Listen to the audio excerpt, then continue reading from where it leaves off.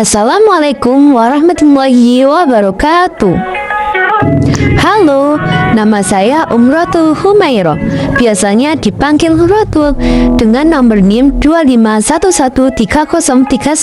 Saya dari program studi pendidikan guru Madrasah Ibtidaiyah di Universitas Sunan Gresik.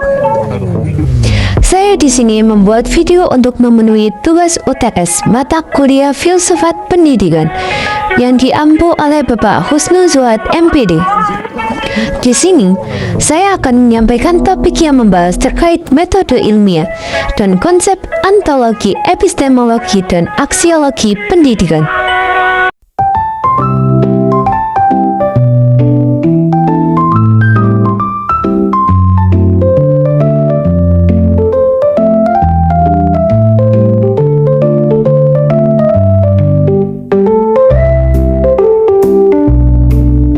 Halo semuanya, di video ini kita akan membahas metode ilmiah dan struktur ilmu. Langsung saja kita membahas terkait metode ilmiah dan struktur ilmu. Tahukah kalian apa itu metode ilmiah? Metode ilmiah adalah proses sistematis untuk memperoleh pengetahuan berdasarkan observasi, data, dan analisis logis. Tokoh penting yang membahas metode ilmiah adalah Francis Bacon, seorang pelopor empirisme yang menekankan pentingnya pengalaman dan observasi.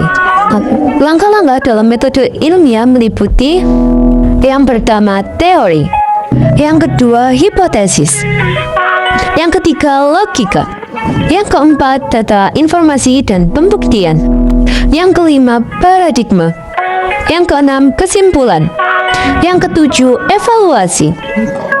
Contoh penerapan metode ilmiah. Seorang guru ingin mengetahui apakah media visual meningkatkan minat belajar siswa. Ia membuat hipotesis, melakukan percobaan pada 2 kelas, lalu membandingkan hasilnya. Konsep ilmu dibagi menjadi 3. Yang pertama yaitu ontologi. Ontologi berasal dari 2 kata, yaitu ontos yang artinya ada, sedangkan logos yang artinya ilmu. Ontologi membahas hakikat keberadaan, apa yang benar-benar ada dan layak diteliti oleh ilmu pengetahuan. Dalam filsafat klasik, Aristoteles menyebutkan ontologi sebagai kajian tentang yang ada sebagai yang ada. Contoh penerapan ontologi dalam penelitian sosial. Penelitian menentukan apakah manusia dipandang sebagai makhluk rasional, emosional, sosial, atau gabungan ketiganya. Yang kedua, epistemologi. Epistemologi membahas asal, cara, dan validitas pengetahuan. Ada 2 aliran besar. Yang pertama, rasionalisme, dan yang kedua, empirisme. Dalam penelitian, epistemologi menentukan metode yang digunakan untuk memperoleh pengetahuan. Apakah menggunakan metode kualitatif, kuantitatif, atau campuran? Contoh penerapan epistemologi. Penelitian kuantitatif menggunakan angka dan statistik, sedangkan kualitatif menggunakan wawancara dan observasi mendalam. Yang ketiga, aksiologi.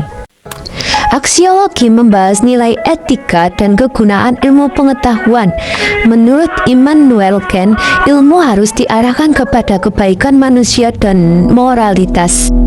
Dalam konteks pendidikan, aksiologi menekankan bahwa ilmu harus digunakan untuk: yang pertama, meningkatkan kualitas manusia; kedua, membentuk karakter; dan ketiga, memberikan manfaat bagi masyarakat.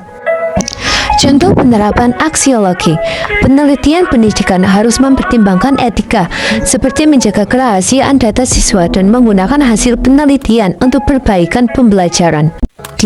Dapat kita simpulkan bahwa metode ilmiah adalah cara sistematis memperoleh pengetahuan. Ontologi menjelaskan apa yang dikaji ilmu. Epistemologi menjelaskan bagaimana pengetahuan diperoleh, sedangkan aksiologi menjelaskan untuk apa ilmu digunakan. Ketiga aspek ini menjadi fondasi kuat dalam penyusunan ilmu pengetahuan serta pelaksanaan penelitian. Apa makna filsafat pendidikan bagi calon pendidik? Sebagai calon pendidik, filsafat pendidikan membuat saya paham bahwa mengajar bukan hanya soal pelajaran, tapi juga membimbing dan membantu siswa berkembang. pemahaman ini membuat saya lebih sadar akan peran dan tanggung jawab saya sebagai guru. Itu saja ya teman-teman pembahasan video kita kali ini.